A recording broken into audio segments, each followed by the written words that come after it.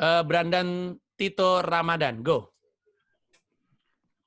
Ya Bang, tadi gue pengen pengen yang tadi struktur dasar joke itu yang tentang tragedi plus waktu sama dengan komedi. Ya. Dan lo tadi udah ngejelasin berulang-ulang kalau tragedinya itu kita sudah berdamai dan kita bisa cari lucunya. Tadi gue kepikiran bisa nggak sih kita ngubah, misalkan gue inget nih ada suatu tragedi atau kejadian yang menurut gue ya udah maksudnya kejadian lewat bisa dibilang tuh lucunya tuh bisa dibilang gak ada atau sedikit. Nah, menurut lo bisa nggak sih dari kejadian itu kita ubah menjadi sebuah kelucuan, dan kalau misalnya bisa ada trik-trik dan tipsnya nggak? Oke. Brandan, jawabannya bisa. Triknya adalah, tapi terlebih dahulu lo harus punya kemampuan untuk mengasah naruh punchline-nya sejauh apa.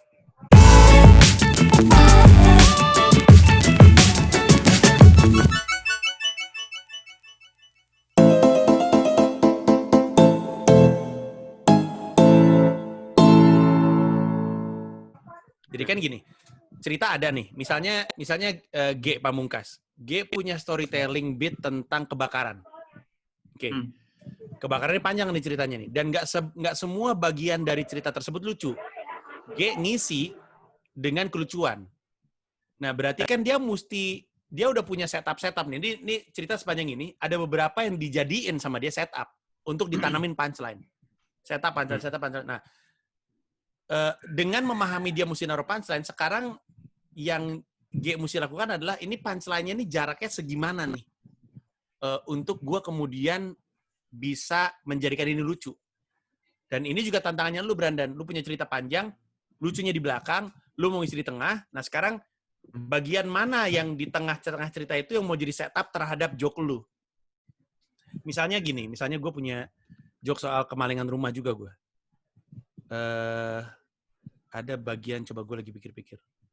Tapi itu kebanyakan kejadian beneran sih. Misalkan gini. Jadi, kita kan sering nonton ini kan, polisi masuk ke rumah yang dicuri, terus udah gitu melakukan investigasi kan. Di film-film kan sering kayak gitu. Terus rumah gue juga digituin sama polisinya. Ada 2 detektif ke rumah gue. Terus gue ngerasa lucu aja.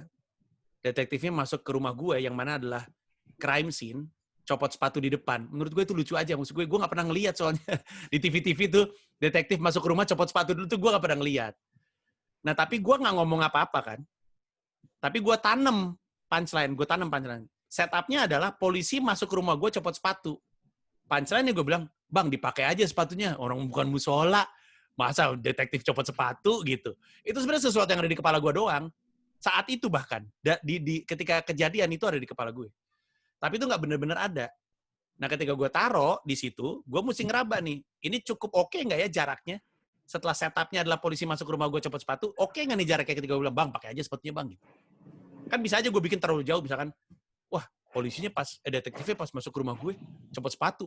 Ya udah gue ambil aja sepatunya gue jual buat ganti TV gue yang hilang. Nah, itu kan agak kejauhan lah ya gitu. Jadi bisa Brandan, tapi lu mesti punya kemampuan untuk ngeraba mana yang mau gue jadiin setup dan jarak punchline-nya ini oke nggak nih?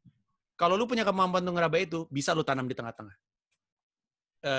Istilahnya lu taruh half punch. Gitu. Setengah jalan menuju punchline sesungguhnya lu taruh half punch.